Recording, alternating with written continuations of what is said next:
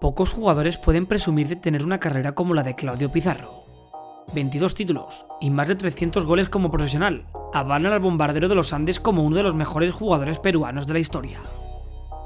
Pizarro era muy inteligente, siempre estaba bien situado y con su gran golpeo de balón castigó a los guardametas rivales. Claudio lo remataba todo, era muy frío de cara a portería y anotaba goles increíbles. Lamentablemente jamás disputó un mundial con su país, pero en la Bundesliga es una auténtica leyenda. Relájate, porque hoy disfrutarás de la historia de Claudio Pizarro, el bombardero de los Andes. El equipo peruano, el pelotazo para Carrillo, y va Gómez, aquí está, ¡gol! ¡Gol! ¡Pizarro! ¡Gol!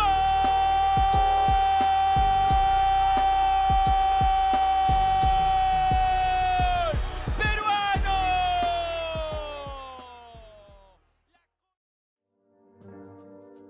Claudio Pizarro nació el 3 de octubre de 1978, en la ciudad peruana del Callao. Claudio se mudó a Lima cuando era pequeño, y en las calles de la capital peruana comenzó a jugar a fútbol. Su padre le inculcó el amor por este deporte, pero no solo le gustaba jugarlo, ya que coleccionaba cromos y pósters de los jugadores de la Alianza de Lima. A la edad de 13 años, en 1991, Claudio ingresó en la Academia Deportiva del Cantolao, y allí se convirtió en el mejor jugador de la cantera. Categoría a categoría, Claudio fue marcando goles, hasta que en la temporada del 96, a los 17 años de edad, firmó su primer contrato profesional con el Deportivo Pesquero, de la Primera División peruana, cumpliendo así con el sueño de su padre. Allí jugó 2 temporadas, en las que anotó 12 goles. Uno de ellos fue de falta contra la Alianza de Lima, y ese tanto hizo despertar el interés del club, que decidió ficharlo en verano del 98, a cambio de 60.000 euros. Pizarro tenía 19 años, y ya estaba jugando en el equipo del que era fan de pequeño, y allí jugaría muy bien. Tan solo estuvo 2 temporadas, pero en la del 99 anotó 19 tantos en 22 partidos, se convirtió en el puñal del equipo y conquistó su primer título como profesional, en Clausura. Sus buenas temporadas en Perú llamaron la atención del Werder Bremen, club que pagó por él 2 millones de euros. De esta forma, y en agosto del 99, Pizarro salía de su país para continuar con su sueño. El fútbol es así, no se da donde uno quiere, sino las oportunidades se presentan y hay que tomarlas. Su primera temporada en la Bundesliga comenzó con muy buen pie. Anotó 15 tantos y dio 5 asistencias. Tras ese primer año de adaptación, su segunda campaña con los verdiblancos sería todavía mejor. Anotó 19 goles en Liga, convirtiéndose en el segundo máximo goleador de la Bundesliga, y en la UEFA anotó otros 4. En aquel momento la estrella peruana era el favorito de los aficionados verdiblancos, pero les duró muy poco. Fue nombrado como mejor jugador joven de la liga, y esos 2 años con el Bremen llamaron la atención del gigante alemán, que decidió desembolsar 8 millones de euros por el crack peruano. El bueno de Claudio tan solo tenía 23 años y daría inicio a su etapa más exitosa como profesional. Con el Bayern permaneció 6 temporadas, y estas estuvieron plagadas de goles y títulos. En su primera temporada en Múnich no ganó nada, pero ya en la 2002-2003 conquistó su primer doblete, ganó la Copa y la Liga Alemana. Esa temporada anotó muchos goles y junto a su compañero C. Roberto mostró un gran espectáculo. Su tercera temporada allí no sería tan buena, donde volverían a quedarse en blanco, pero el bombardero, como así le apodaron en Múnich, anotó otros 15 tantos. En la 2004-2005 volvieron las alegrías, donde conquistó su segundo doblete, volviendo a conquistar la Copa y la Liga Alemana. Pero lo mejor no sería eso, ya que el peruano revalidaría el doblete en la temporada siguiente, siendo este el tercer doblete alemán de su carrera. En Múnich le querían mucho, pero tras esas 2 buenas temporadas, la del 2006-2007 no fue tan buena. Ese año no conquistó ningún trofeo y de cara a portería no estuvo tan acertado. Al final de esta temporada terminó su contrato y el Bayern quiso renovarle, pero Pizarro quería cobrar más, así que Beckenbauer decidió no aceptar la oferta. De esta forma, y en agosto del 2007, Pizarro quiso dar un cambio de aire radical a su carrera y fichó por el Chelsea como agente libre.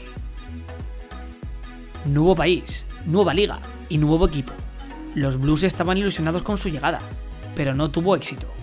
En la Premier League solo marcó 2 goles en 21 partidos, y pese a coincidir con una de las mejores generaciones del Chelsea, no logró conquistar nada.